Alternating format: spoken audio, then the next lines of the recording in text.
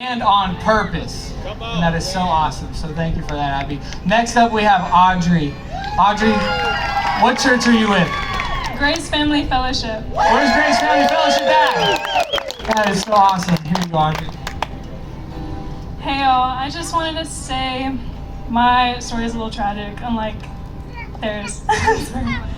But whenever I was little, I was molested for 6 years of my life. And I felt very abandoned and just really broken. And honestly, I felt like if I told anybody that my entire family and my entire life would fall apart. So I stayed quiet and I suffered in silence. And it felt like there was this giant cloud of darkness around me all times. I'd go to school and I'd honestly start lashing out at people because I was so scared and afraid.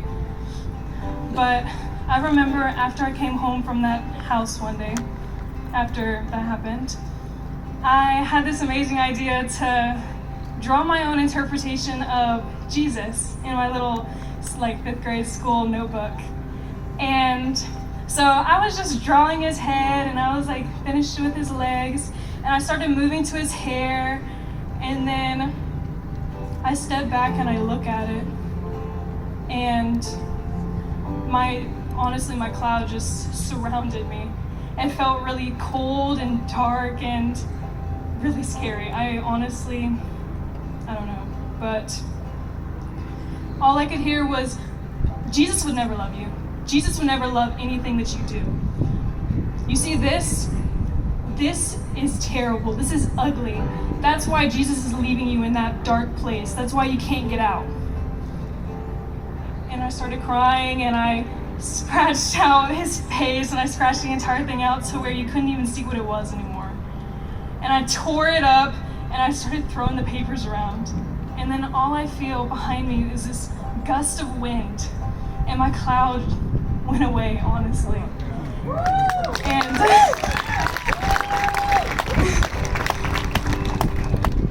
And all I could feel was this light and this warmth and this love. And all I could hear was Jesus would love anything that you do. Even if it's honestly, you think it's the ugliest thing in the world, Jesus will make it beautiful. So he told me to get all my pieces of paper and tape them back together. And so I did. And all I could hear was, this paper is your heart. Jesus wants to tape your heart back together in your life. Mm-hmm. Thank you. And all I felt was just love and peace in that moment.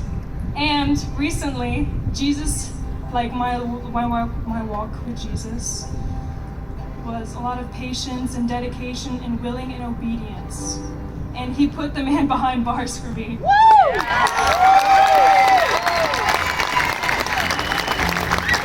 And all I wanted to say was, Jesus can heal your heart and he can give you peace just like me.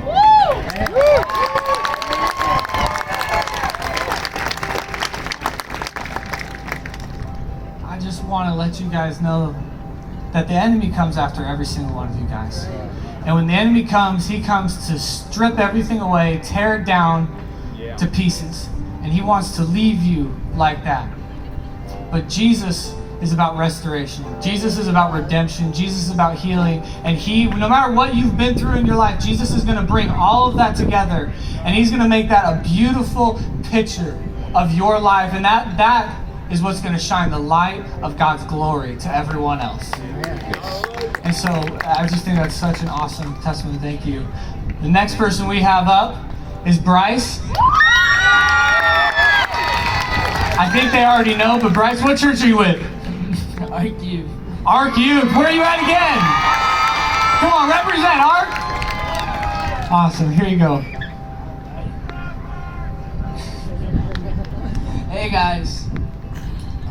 Kind of just along with Audrey right there, and my testimony, it isn't as filled with just so much light, how they never went, not that they never went through a struggle, I am so sorry, but it's a little bit darker. Alright. But my life growing up, it was just like any other kid, you know. I played outside, and had friends, had a very unhealthy addiction to video games and junk food, but it was just in 8th grade, entering middle school. I had a girlfriend. I played sports. On the outside, it looked like I had everything figured out. I mean, honestly, but internally, I was just struggling with so much.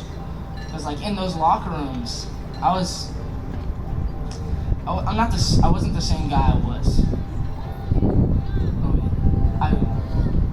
And not the same guy I was. And in those locker rooms, I just kept on feeling judgment. And, like, we'd do, like, weight training and stuff like that. And, like, I was not strong. And I would just get, like, all insecure and, like, kind of get tucked away in a shell just because, I mean, I felt like I wasn't as good. What I mean by all that is I was just overcome just with so much anxiety, fear of what people think, started caring way, way, way too much. I suffered from that for a long 2 years until one night it got to a point where it was really, really hard for me to see the light at the end of the tunnel.